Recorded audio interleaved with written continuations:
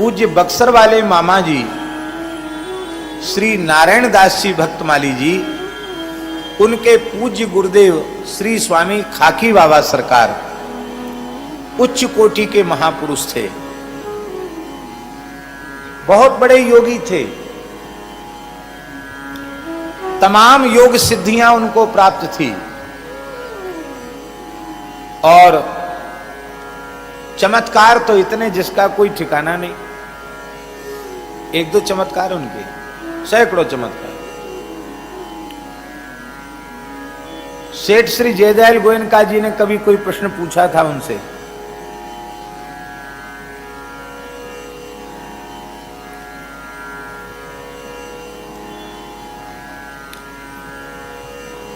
और वो प्रश्न इसी संबंध में था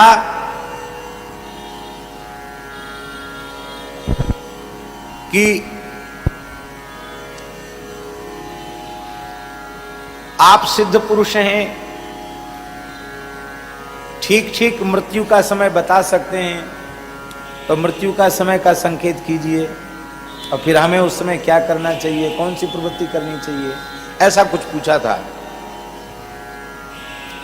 श्री गोविंदका जी ने। और बाबा मुस्कुरा कर रह गए, कुछ बोले नहीं। बहुत पहले कभी पूछा था सेठ जी ने। और पूज्य श्री नारायण दास जी भक्तमाली जी मामा जी, उसमें उनका नाम पंडित श्रीमन नारायण चतुर्वेदी यह नाम था। यहाँ पंडित जी के यहाँ भक्तमाल पढ़ रहे थे, श्री पंडित जगन्नाथ प्रसाद भक्तमाली जी के यहाँ ताड़वाली कुंज में। खाकी बाबा सरकार का पत्र आया, तार आया, तार आता ना डाक से, तार आया कि तत्काल उपस्थित हो जाएं बक्सर। जैसे तार आया, टेलीग्राम आया, तो श्री बक्सर वाले महाराज जी मामा जी तुरंत गए, बक्सर पहुंचे। जैसे बक्सर पहुंचे, पहुंच करके स्नान ध्यान किए बिना सीधे रेल से उतर के और सीधे गुरुदेव के पास गए, खाकी बाबा सरकार के पास। गुरुजी को साष्टांग किया, बोले मन्ना जी कहते थे, मन्ना जी, श्रीमन नारायण जी को मन्ना जी कहते थे गुरुजी। मन्ना जी आ गए? बोले हाँ आ गए। तो स्नान ध्यान किया भी? बोले अभी तो सीधे आ रहे हैं। तो स्नान ध्यान करो, तिलक स्वरूप पधराओ, नित्य नियम करो, कुछ बाल भोग करो, तब आना। जो आ गया, आए। फिर उन्हें हाथ जोड़ कर सरकार कैसे बुलाया? बोले एक पोस्ट कार्ड लिखना है सेठ जयदयाल गोयनका जी को, इसलिए बुलाया। तो मामा जी के वाणी से हमने खुद सुना, उनके मन में आया कि ये जहाँ रहते हैं ये कॉलेज है, तमाम पढ़े लिखे लोग इनके चरणों में बैठते हैं, एक पत्र तो किसी से भी लिखवा सकते थे। और मुझे टेलीग्राम गया और कोई सूचना नहीं कि तुरंत चले आओ, सूचना पाते ही चले आओ। हम घबरा गए, पता नहीं क्या हो गया। और कोई इतने जल्दी रिजर्वेशन भी कहाँ, जैसे तैसे ट्रेन में चढ़ चढ़ा करके कैसे भी पहुंचे। और बोलते बस खाली एक पत्र लिखने के लिए बोला। पोस्ट कार्ड में आपने लिखवाया। उस समय सेठ जी ऋषिकेश में थे कि आप अब व्यवहारिक प्रवृत्तियों से अपनी वृत्ति को सर्वथा अंतर्मुख कर लीजिए। केवल इतने दिन शेष हैं, आप केवल और केवल श्री राम नाम में अपनी वृत्ति को लगा दीजिए। और हमने प्रामाणिक लोगों से सुना है, उस पत्र को देखते ही सेठ जी ने बोलना बंद कर दिया, मौन हो गए और अंतर्मुख हो गए। और ऋषिकेश में ही उन्होंने अपने देह का विसर्जन किया।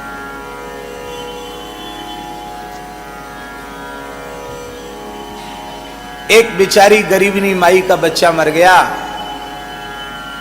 डॉक्टरों ने कह दिया कि अब ये गया, नाड़ी वाड़ी छूट गई, खत्म, कुछ नहीं, ले जाओ, मिट्टी है। वो रोती चिल्लाती आई बाबा के पास। बाबा लंबे थे पूरे, वो खड़ाऊं के सहित उसकी छाती पर पैर रख के खड़े हो गए। बच्चा कितना बड़ा होगा? 2-4-5 साल का बच्चा था, है? 2.5-3-4 वर्ष का बच्चा होगा। इतना लंबा चौड़ा उनका शरीर, वो खड़ाऊ के बल खड़े हो। तो जो बेचारे लेके गए थे उनके मन में तो ये जरूर आया कि कथनचित कहीं कोई सांस रही भी होगी बच्चे में, तो वो भी पूरी हो गई होगी। बाबा ने ऐसा काम किया और बाबा खड़े भये उसके ऊपर और तुरंत उतर गए। और बच्चे ने आंख खोल दी, उठ के बैठ गया। कहता भूख लगी, खिचड़ी खाऊंगा। बोले ले जा इसको। ऐसे तो सैकड़ों घटनाएं थी। जर्मन से कुछ शोधकर्ताओं का दल देश में उस काल में घूम रहा था, भारतवर्ष के योगियों की तलाश में। पर जहां जहां वो लोग गए उनको सब जगह कुछ न कुछ पाखंड ही समझ में आया। जब बाबा के पास गए तो भादों का महीना था, बक्सर में गंगा जी का पाट कितना बड़ा है देखा होगा आप लोगों ने। तो बाबा हंसने लगे, बोले देखो भारतवर्ष में एक से एक सिद्ध पुरुष हैं, भारतवर्ष की निंदा तो लिखना नहीं, लेकिन यदि तुमको योग सिद्धि देखना है तो देख लो। तो बाबा जैसे थे वैसे गंगा जी पर, जैसे लोग धरती पर चलते हैं ना, ऐसे पार करते हुए गंगा जी पे पट पट, खड़ाऊ उतारी भी नहीं, खड़ाऊ सहित गंगा जी को उधर चले गए। और उस समय के कैमरे में वो फोटो लिए गए, अखबार में फोटो छपे बाबा के। बाद में उन्होंने कहा, योगियों का अधिकार होता ना अग्नि जल पवन आदि पर, गंगा जी को कहा मार्ग दे दो, तो गंगा जी के बीच में से सूखा सूखा हो गया। इधर दीवार बन गई पानी की, इधर बीच में से खाली, बाबा निकल गए। साष्टांग प्रणाम, बड़े सिद्ध पुरुष थे बाबा। बहुत घटनाएं हैं उनकी, पर आरंभिक जीवन में वे त्यागी तपस्वी तो बहुत उच्च कोटि के थे, भक्त भी उच्च कोटि के थे, सब कुछ था उनमें, सर्वगुण संपन्न थे। पर ये माधुरी रस की भक्ति, इसके प्रति उनका बिल्कुल भाव नहीं। वो कहते थे भगवान ने पुरुष बनाया, तो वहां की भाषा में कहते मेहरारू बनना ये कोई अच्छी बात है? ये स्त्री अपने को मानना ये ठीक नहीं। उनके कोई एक मित्र संत थे, बहुत अच्छे थे, रूपकला जी। क्यों रूपकला जी? रूपकला जी उच्च कोटि के महात्मा थे। उन्होंने कहा बाबा कामोद कुंज वाले महाराज जी के पास चलिए, वहां आपका समाधान होगा। कामोद कुंज अयोध्या में एक ऋषिकों का पुराना स्थान है, वहां के कामद कुंज, कामद कुंज वाले महाराज जी, उनका नाम श्री लक्ष्मण शरण जी था, बड़े उच्च कोटि के महापुरुष थे।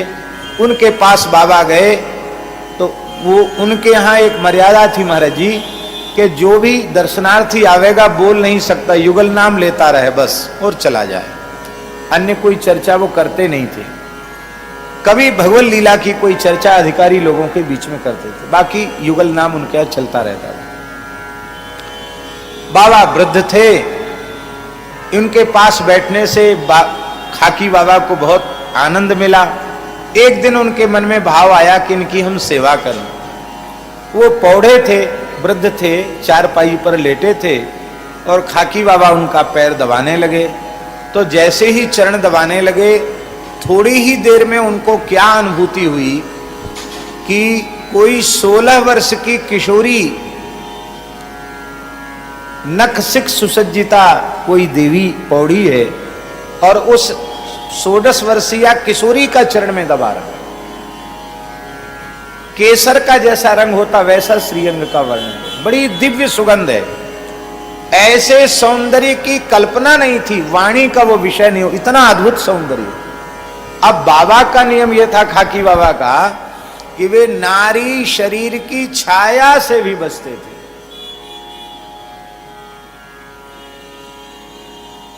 स्पर्श की बात तो बहुत दूर है, छाया से बचते थे। छूने की बात वो कहते थे छूना नहीं, कंचन और कामनी के स्पर्श से बिल्कुल विमुक्त थे बाबा। तो बाबा घबराए। बाबा ने घबराकर जैसे ही अपना हाथ अलग किया तो उनके आश्चर्य का ठिकाना नहीं रहा। वो स्वयं भी 16 वर्ष की किशोरी के रूप में बदल गए। अब उनको घबराहट हुई कि अरे ये हुआ क्या, मेरा सब जटा जूट और वो सब कहां गायब हो गया। ये दाढ़ी मूछ सब महात्मा का वेश कहाँ गायब हो गया, ये कैसे हो गया, एकदम रोमांचित से हो गए। अब सोचने लगे कि मैं जग रहा हूं, सो रहा हूं, ध्यान में अनुभूति हो रही है या स्वप्न देख रहा हूं, क्या है, कुछ निर्णय नहीं कर पा रहे थे। तब तक श्री लक्ष्मण सन जी अपने सिद्ध स्वरूप में, उसी किशोरी स्वरूप में उठे और हाथ दाहिना हाथ पकड़ करके कहा, अपने स्वरूप का स्मरण करो, तुम तो प्रिया अली हो। क्या कहा? तुम तो प्रिया अली हो। और फिर प्रिया अली के भाव में ही बक्सर वाले मामा जी के गुरुदेव प्रतिष्ठित हो। और प्रायः हमने ऐसा सुना है संतों से कि प्रिया अली जी के ही स्वरूप का अनुसंधान, उसी भाव में श्री खाकी बाबा सरकार निरंतर रहते थे। और किन्हीं किन्हीं अधिकारियों को शयन के समय उनकी उस झांकी की झलक भी मिल गई। ऐसा हुआ।